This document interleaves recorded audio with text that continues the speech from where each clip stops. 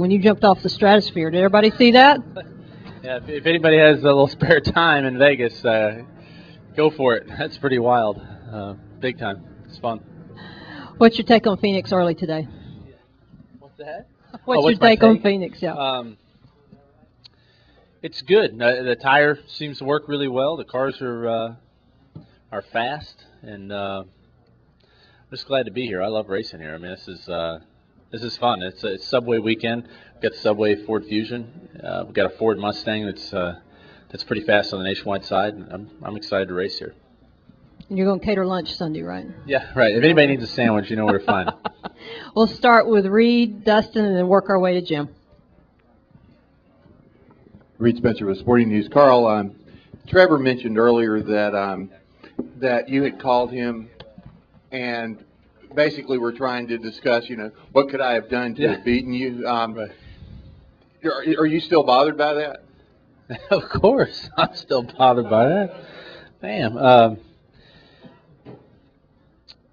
I mean, I've thought about it a lot, and I watched replay a couple times. There's a lot of things I could have done differently.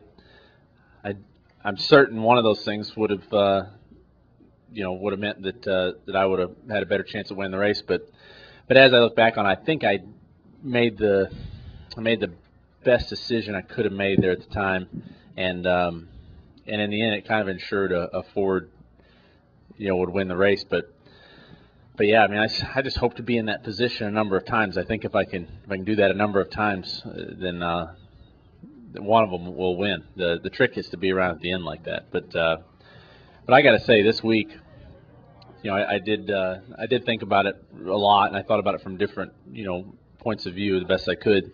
And I was inspired by Trevor this week. I mean, not as a competitor, but as a person. I mean, it was neat to see a guy so happy about winning a race, and to see a guy who seemed to handle it so well.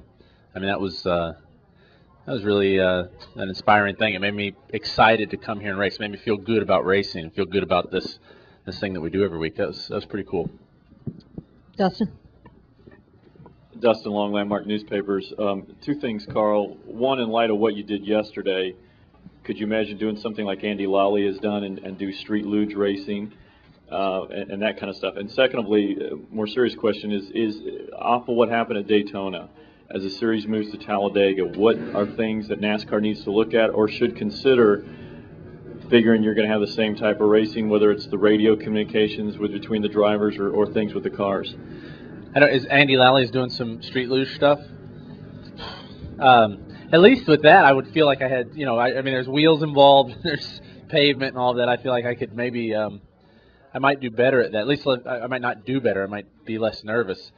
That thing yesterday, you guys, when they first said, hey, you're going to jump off the stratosphere, they showed me a video of it. I thought, that's no big deal. You're all strapped in. I mean, it's not like you're free falling or something.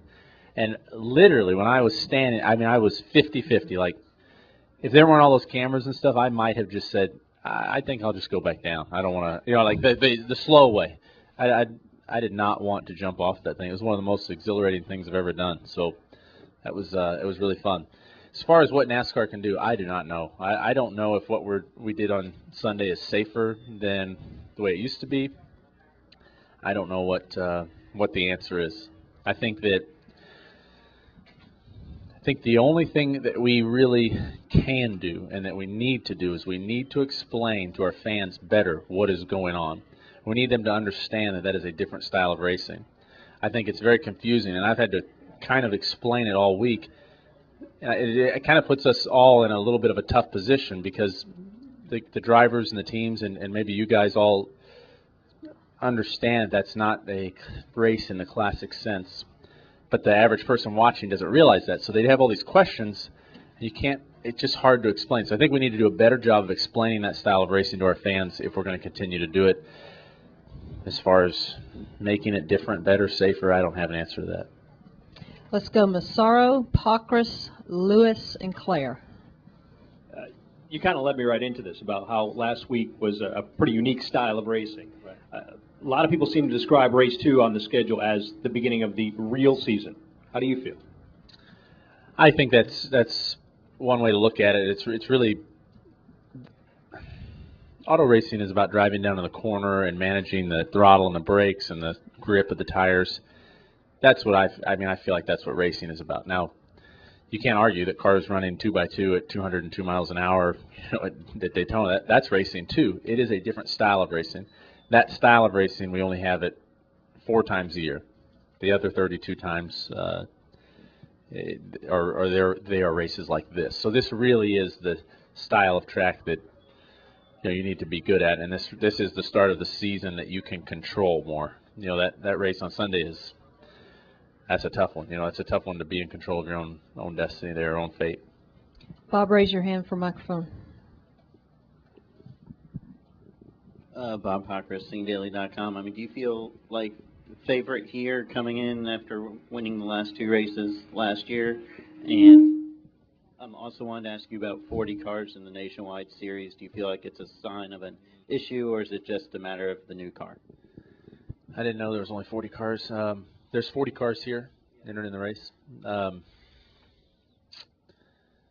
too bad.